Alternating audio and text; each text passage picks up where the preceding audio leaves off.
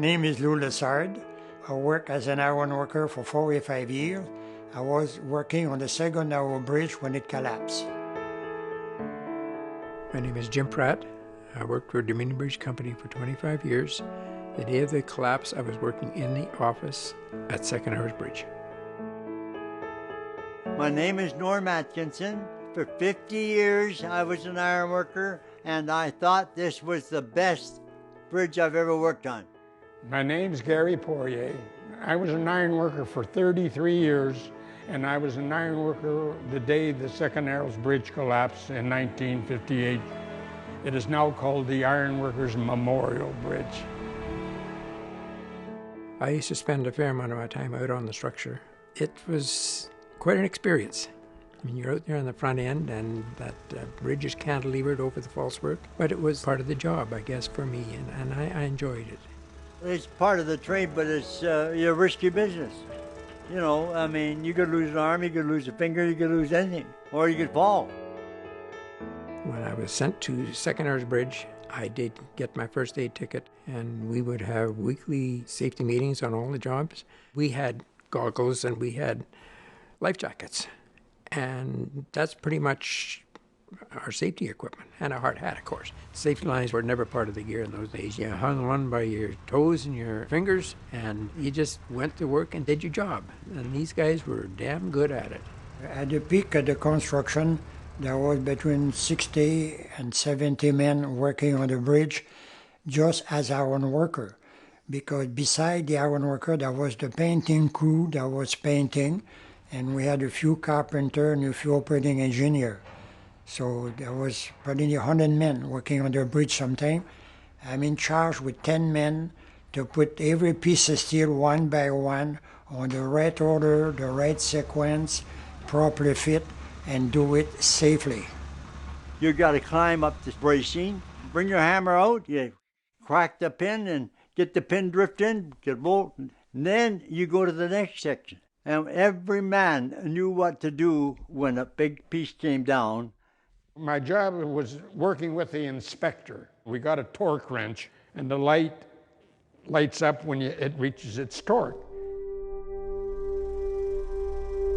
It was a warm day, and it was just another day. We worked all the morning putting a great big piece of steel, 55 ton, and on the afternoon we had another piece, the same thing, so that was just like any other day, another piece of steel to do.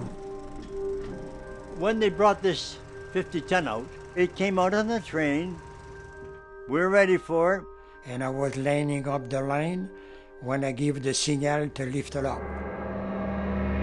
All at once, we heard a great big bang, just like a rifle shot. We could hear these loud sounds, bang, bang, bang, bang. So somebody was shooting, and it was bolts coming out of the splices, breaking off in half. One jolt hesitated, and then she went all the way. And then the noise, it was so loud. I was in the office, large construction trailer. We knew that it was an abnormal sound. The bridge came out from underneath our feet. Then I was just following the locomotive from the deck down to the water. That's about 125 to 150 feet from where I was to the top of the water. We were gone.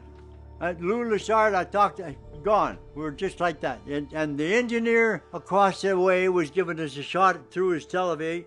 He said, "Where the hell is the bridge gone?" The first piece of steel that hit the water, that's where I was.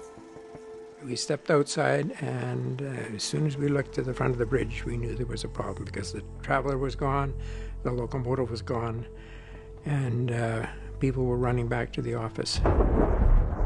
When I hit the water, I don't really exactly remember. I was running out of air. That was very dirty and mucky because they still mixed the mud on the bottom. Then I didn't know which way to go.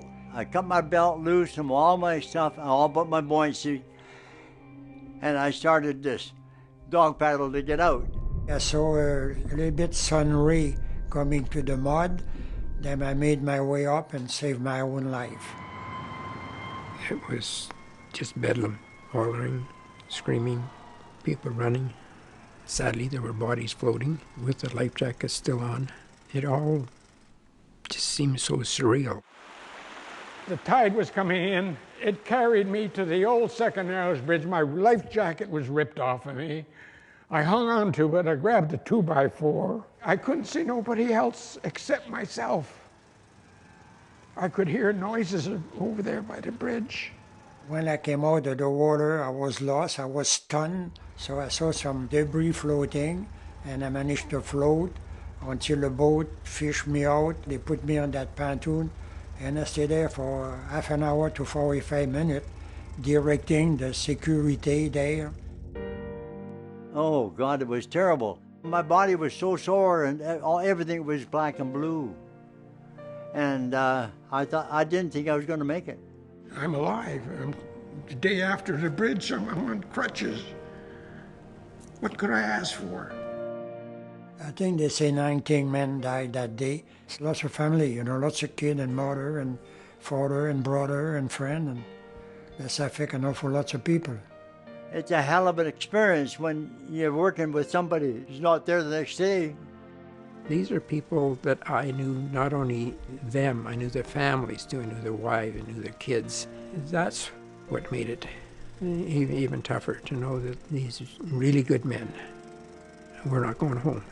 I don't know if I ever got emotional that day or the next. It was, you were still trying to figure out what the hell happened. And at that time, of course, there was no answers. Spans 4 and 5 of Vancouver's Second Narrows Bridge plunged into the waters of Burrard Inlet this afternoon with a tremendous hiss and a terrible loss of life. The coroner, Glenn MacDonald, asked me to identify the bodies in the morgue, rather than having 18 families line up at the door knowing what they had in store for them. And if I played a small part in relieving them of that anguish and sadness, then fine. About the Royal Commission, at the time I was in hospital during the whole duration until they had the conclusion of it. I was not asked any question. I didn't have the clue what was going on there until I read the report on the paper. The accident at Second Narrows had really nothing to do with safety. It was a calculation error to the web thickness of the grillage that supported the pulsework legs. So there was an engineering error, not checked exactly. The two engineers, of course, were both killed, and I can tell you, had they lived, it would have killed them. You have to live with the error that they missed. I got no back feeling, I got no hate for anybody. I accept the situation, and I went back to work with full confidence again. We tore it down, we replace it, we finish it, and no casualty after that. Never lost a man after that. We're very proud to have the help of the government and the union to have the bridge, the Second Narrows Bridge, renamed the Iron Worker Memorial Bridge in memory of those men that lost their life building that bridge, in memory of the survivor and the family of the one they lost their life. I was at the rededication of the bridge in 1994. I couldn't be any prouder of the trade. I felt so good to have that name. So it's on the cenotaph for the boys that tried and didn't make it. And it wasn't their fault.